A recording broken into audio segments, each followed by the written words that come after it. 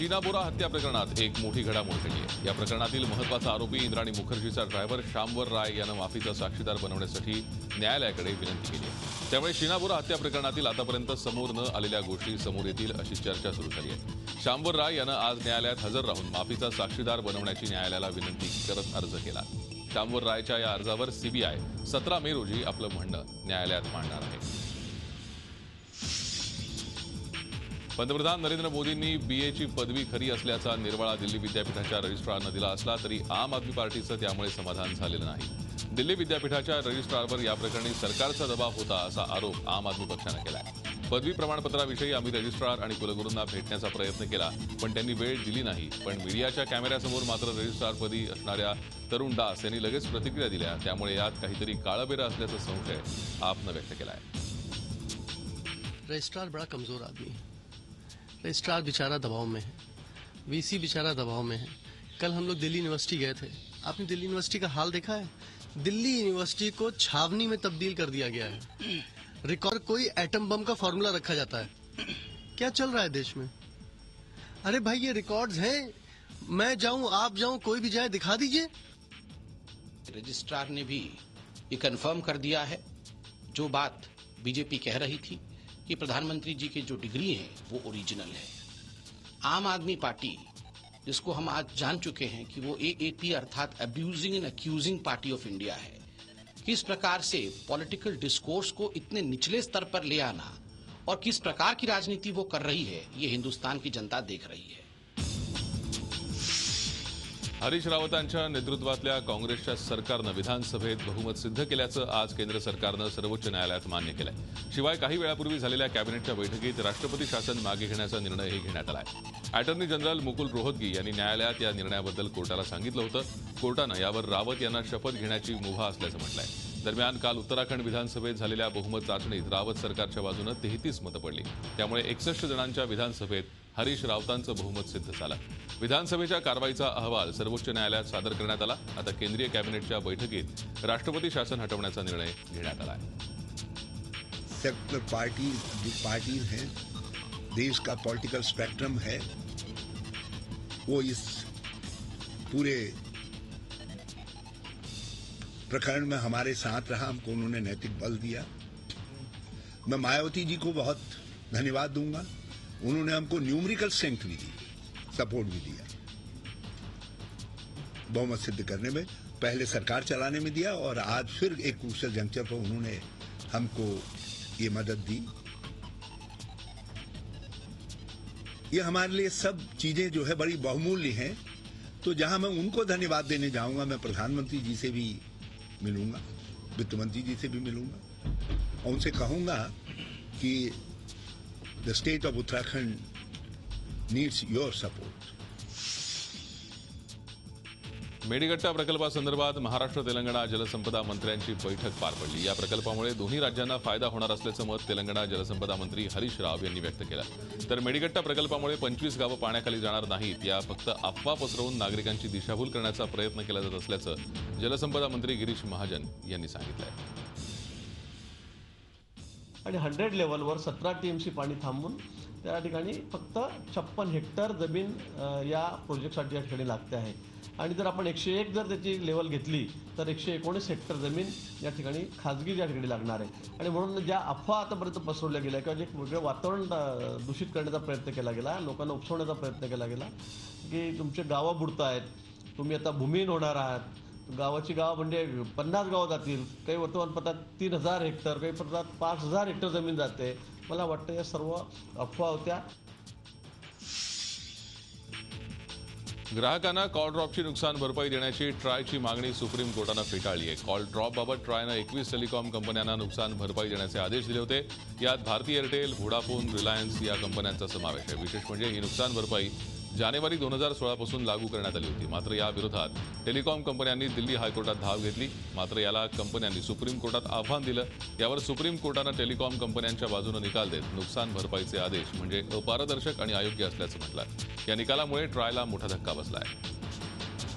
इसका विकल्प ये है कि सभी लोग रेगुलेटर, सरकार और टेलीकॉम ऑपरेटर्स और कंज्यूमर बैठ के तय करें कैसे कॉल ड्रॉप कम किया जाए, क्योंकि विश्व में अगर 2% की रेंज है कि आपके सर्कल में 2% से ज्यादा कॉल ड्रॉप नहीं होना चाहिए। हमारे टेलीकॉम ऑपरेटर्स की कॉल ड्रॉप 2% से कम है, तो जो रेगुलेशन है उसके मुताबिक ही हम चल रहे हैं। लेकिन फिर भी आपको सुधार लाना चाहते हैं तो टेलीकॉम ऑपरेटर्स भी तैयार हैं, और लेकिन सरकार को भी तैयार होना है। विजय मल्ल्या याला भारतात पाठवू शकत नाही असं ब्रिटननं कळवलंय, मात्र त्याच्या प्रत्यार्पणासाठी विनंतीचा विचार होऊ शकतो असंही ब्रिटिश सरकारनं भारताला सांगितलंय। 9,000 कोटींच्या कर्ज प्रकरणी मल्ल्या फरार आहे, त्याच्यावर अफरातफरीचा गुन्हा तसंच अजामीनपात्र वॉरंट जारी झालाय। त्याचा पासपोर्टही केंद्र सरकारनं रद्द केलाय। मात्र ब्रिटनच्या कायद्यानुसार एखादी व्यक्ती जेव्हा देशात प्रवेश करते, जर तेव्हा त्याचा पासपोर्ट वैध असेल तर त्यानंतर ती व्यक्ती कितीही कालावधीसाठी ब्रिटनमध्ये राहू शकते। त्यामुळे तिथल्या इमिग्रेशन कायद्यानुसार मल्ल्याचं हस्तांतरण होऊ शकत नाही असं परराष्ट्र मंत्रालयाचे प्रवक्ता विकास स्वरूप यांनी म्हटलंय। केंद्रीय अर्थमंत्र्यांनीही याबाबत राज्यसभेत माहिती दिली आहे। 1993 साली दोन्ही देशांमध्ये झालेल्या हस्तांतरण करारानुसार मल्ल्या याला अटक करून त्याचं प्रत्यार्पण केलं जाऊ शकतं असंही ब्रिटिश सरकारनं स्पष्ट केलंय। असं असलं तरी ही प्रक्रिया किचकट असल्यानं भारत सरकार हस्तांतरणाचा सोपा मार्ग अवलंबण्याच्या प्रयत्नात आहे।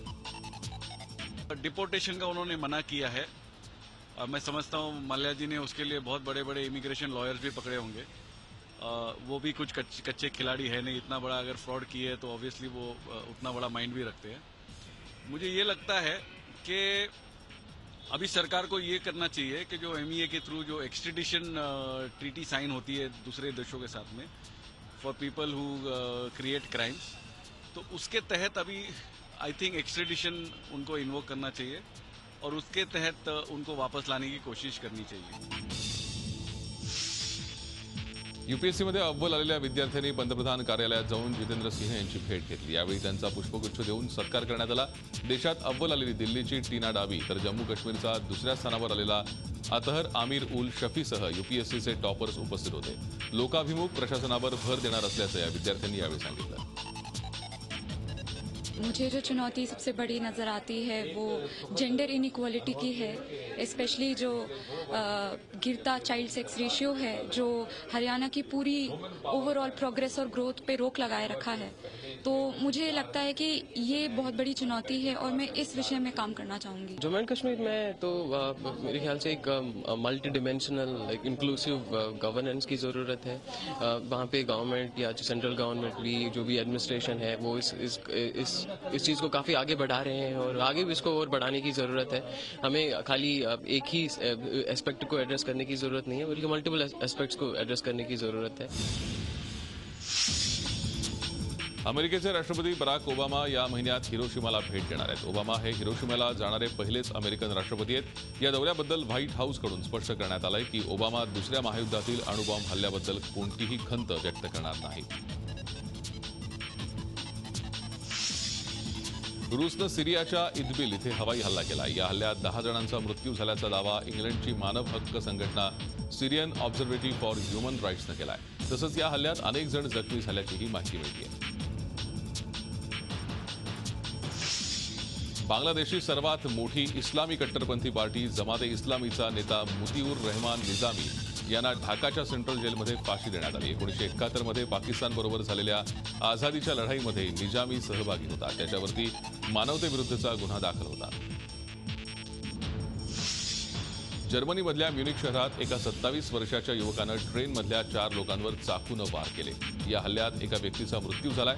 प्रत्यक्षदर्शीच्या म्हणण्यानुसार हल्लेखोर हा सारखा अल्लाहू अकबरचा घोषणा देत होता। हल्लेखोर हा इसिस संघटनेचा सहकारी असल्याचं सांगितलं जातं।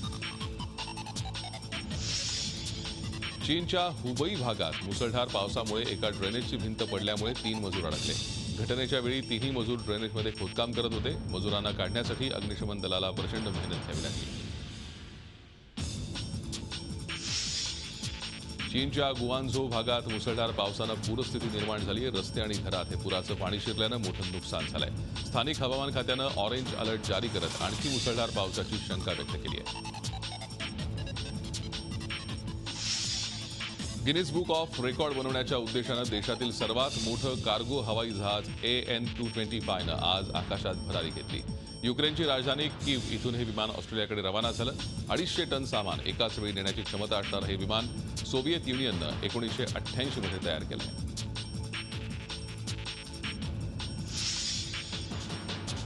चीनच्या हार्बिन भागात असलेल्या सायबेरियन टायगर पार्क प्राणी संग्रहालयात वाघिणीनं 2 बछड्यांना जन्म दिलाय. प्राणी संग्रहालय प्रशासनानं या दोन्ही बछड्यांना इन्क्युबेटरमध्ये ठेवलंय. जवळपास 1000 सायबेरियन टायगर्स या प्राणी संग्रहालयात आहेत.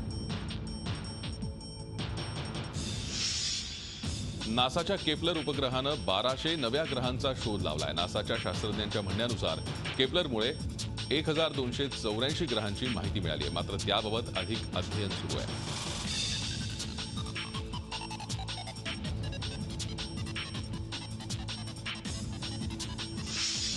कान्स महोत्सवात मंगळवारी animation film the angry bird दाखवण्यात आली. यावेळी सिनेमाचे कलाकार आणि सहकारी एकत्र आले होते. जगप्रसिद्ध असलेल्या अँग्री बर्ड खेळावर आधारित हा सिनेमा आहे. मनी लॉन्ड्रिंगच्या प्रकरणात गजाआड असणारे राष्ट्रवादीचे नेते छगन भुजबळ यांच्या जामिनाच्या अर्जावर सध्या मुंबई सत्र न्यायालयात सुनावणी सुरू आहे. दरम्यान त्याआधी कोर्टानं छगन भुजबळ आणि समीर भुजबळ या काका पुतण्यांच्या न्यायालयीन कोठडीत वाढ केली आहे. या दोघांना आता 25 मे पर्यंत कोठडी सुनावण्यात आली आहे.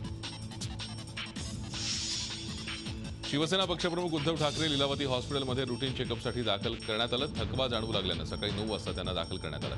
सर्व रिपोर्ट्स नॉर्मल असल्याची माहिती सूत्रांनी दिली आहे. संध्याकाळी रुग्णालयातून डिस्चार्ज मिळणार असल्याचंही रुग्णालयातल्या सूत्रांनी सांगितलंय.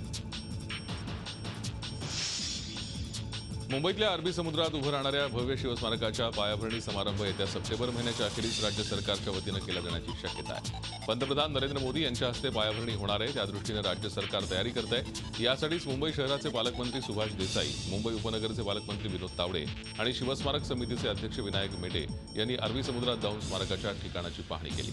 मे महिन्यातच स्मारकाचं भूमिपूजन केलं जाणार होतं, पण दुष्काळामुळे ते पुढे ढकलल्याची माहिती पालकमंत्री विनोद तावडे यांनी दिली. पावसाळा सुरू झाला की पुढे जवळजवळ सप्टेंबरपर्यंत जाता येणार नाही आहे आणि त्यानंतर केव्हा तरी भूमिपूजन करून कार्यक्रमाची सुरुवात सुद्धा करायची आहे आणि त्या अर्थाने एकदा प्रत्यक्ष जाऊन पाहावं म्हणून शहरचे पालकमंत्री देसाई साहेब, उपनगराचा मी, मेटेसाहेब आम्हा सगळ्यांना घेऊन गेले. मुंबई महानगरपालिकेच्या चेंबूरमधल्या रुग्णालयातल्या पिंगा डान्स प्रकरणाची चौकशी करून 15 दिवसात अहवाल सादर केला जाणार आहे. महानगरपालिकेचे अतिरिक्त आयुक्त संजय देशमुख यांनी स्थायी समितीत ही माहिती दिली. मुंबईतल्या पालिका रुग्णालयात आयोजित हळदी कुंकू कार्यक्रमात कर्मचाऱ्यांनी केलेल्या पिंगा डान्सचा व्हिडिओ व्हायरल झालाय. या डान्समध्ये 20 परिचारिका सहभागी झाल्याचा आरोप आहे. या कार्यक्रमासाठी तब्बल 100 रुग्णांना उपचाराशिवाय माघारी धाडण्यात आल्याचाही आरोप होतोय. हा प्रसंग 2 महिन्यांपूर्वीचा असला तरी या निमित्तानं पालिका रुग्णालयातला हलगर्जीपणा पुन्हा एकदा अधोरेखित होतोय. पालघर जिल्ह्यातील मोखाडा तालुका आणि परिसरात मंगळवारी मोठ्या प्रमाणावर सोसाट्याच्या वादळी वाऱ्यासह पाऊस झाला, तर काही भागात गारपीटही झाली. मोखाड्यातील गभालपाडा येथील घरांचं मोठ्या प्रमाणात नुकसान झालं. अचानक आलेल्या पावसानं नागरिकांची त्रेधातिरपीट उडाली, तर जव्हारमध्येही काल संध्याकाळी पावसाच्या जोरदार सरी कोसळल्या. गेल्या काही दिवसांपासून उकाड्यानं हैराण झालेल्या पिंपरीकरांना आज दुपारी सुरू झालेल्या पावसानं दिलासा मिळालाय. पिंपरीमध्ये साधारण दुपारी 2:30च्या सुमारास विजांच्या कडकडाटासह वादळी वारा आणि जोरदार पावसाला सुरुवात झाली. दरम्यान जोरदार पावसानं पिंपरीत काही भागातील वीज गायब झाली. सध्या जवळपास सर्व शाळांना सुट्ट्या असल्यानं बच्चे कंपनी पहिल्या पावसात मनसोक्त भिजत असल्याचं चित्र पाहायला मिळत आहे. अचानक आलेल्या पावसानं कामासाठी बाहेर पडलेल्या नागरिकांची मात्र तारंबळ उडाली. दरम्यान पुण्यातही आज वळवाच्या पावसानं हजेरी लावली. वादळी वाऱ्यासह शहराच्या अनेक भागात पाऊस झाला. सदाशिवपेठ आणि रुबी हॉल समोर झाड कोसळल्यानं काही वाहनांचं नुकसान झालं. त्याचबरोबर अचानक आलेल्या पावसानं पुणेकरांची तारंबळ उडाली.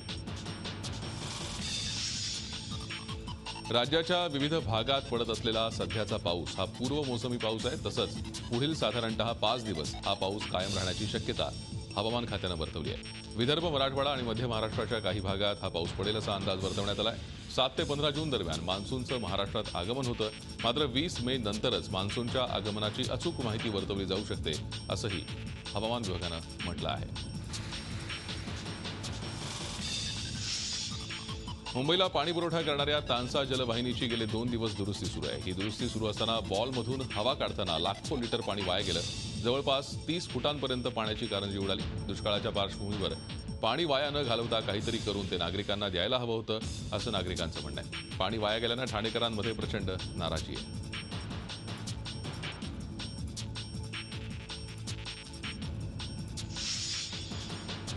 मुंबईच्या JW मॅरियटमध्ये नुकतीच बाघी आणि जंगल बुक सिनेमाची सक्सेस पार्टी पार पडली. यावेळी अभिनेता टायगर श्रॉफ, ओम पुरी यांच्यासह दिग्दर्शक विशाल भारद्वाज, निर्माता साजिद नाडियादवाला आवर्जून उपस्थित होते. यावेळी सिनेमाला मिळालेल्या यशाबद्दल त्यांनी आनंद व्यक्त केला.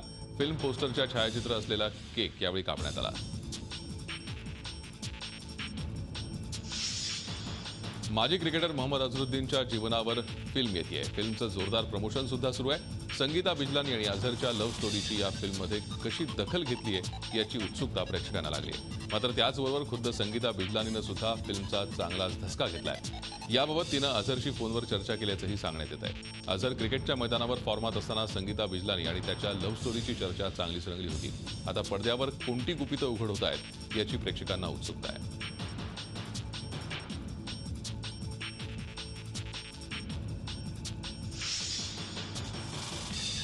वेट विकेट हे नवीन नाटक रंगभूमीवर येत आहे. उमेश घाडगे यांनी या नाटकाचं दिग्दर्शन केलंय. आशुतोष दापके यांची ही संकल्पना आहे. वेट विकेट या नाटकाचा विषय हा काहीसा बोल्ड स्वरूपात असल्याचं म्हटलं जात आहे. सर्वसाधारणपणे घरात उघडपणे चर्चिल्या न जाणाऱ्या गोष्टींवर या नाटकात भाष्य करण्यात आलंय. सध्या नाटकाची रिहर्सल सुरू आहे. 17 मे रोजी मुंबईत प्रबोधनकार ठाकरे नाट्यगृहात नाटकाचा शुभारंभाचा प्रयोग होणार आहे.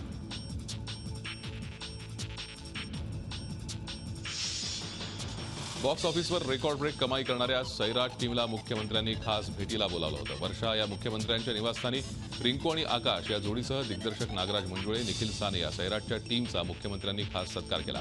अवघ्या मराठी मनावर गारूड केलेल्या नागराज मंजुळे यांच्या सैराट चित्रपटाचा तिकीट बारीवरचा झिंगाट अजूनही सुरूच आहे. तरुणाईसह सर्वांचीच मनं जिंकलेल्या सैराटची रेकॉर्ड ब्रेक कमाई दुसऱ्या आठवड्यातही सुरूच आहे.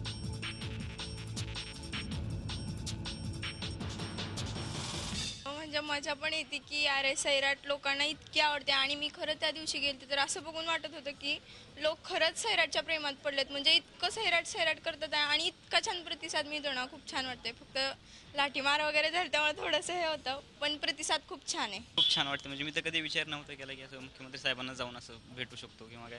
आणि त्यात सैराटचं बोलायचं तर आज म्हणजे एक गुड न्यूज कळली आम्हाला की सैराटने सगळ्यांचे रेकॉर्ड तोडले, सगळ्याच पिक्चरचे रेकॉर्ड तोडले. ते खूप भारी वाटते आणि त्यातला एक अभिमान वाटतो की सैराटसारख्या पिक्चरमध्ये मी काम केलं. छान वाटते सगळे. सैराटनं 11 दिवसात 41 कोटी रुपयांचा व्यवसाय केलाय. आता सैराटनं नटसम्राट चित्रपटाच्या 40 कोटी रुपयांच्या कमाईचाही रेकॉर्ड मोडून काढलाय. चित्रपटाला मिळत असलेल्या प्रेक्षकांचा प्रचंड प्रतिसाद पाहता खेळांची संख्याही वाढवण्यात आली आहे. आठवड्याभरात सैराटच्या खेळांची संख्या 8,000वरून थेट 14,000वर करण्यात आली आहे. सैराट हा आतापर्यंतचा मराठी इंडस्ट्रीमधला सर्वाधिक कमाई करणारा चित्रपट ठरतोय. झी 24 तास रहा एक पाऊल पुढे.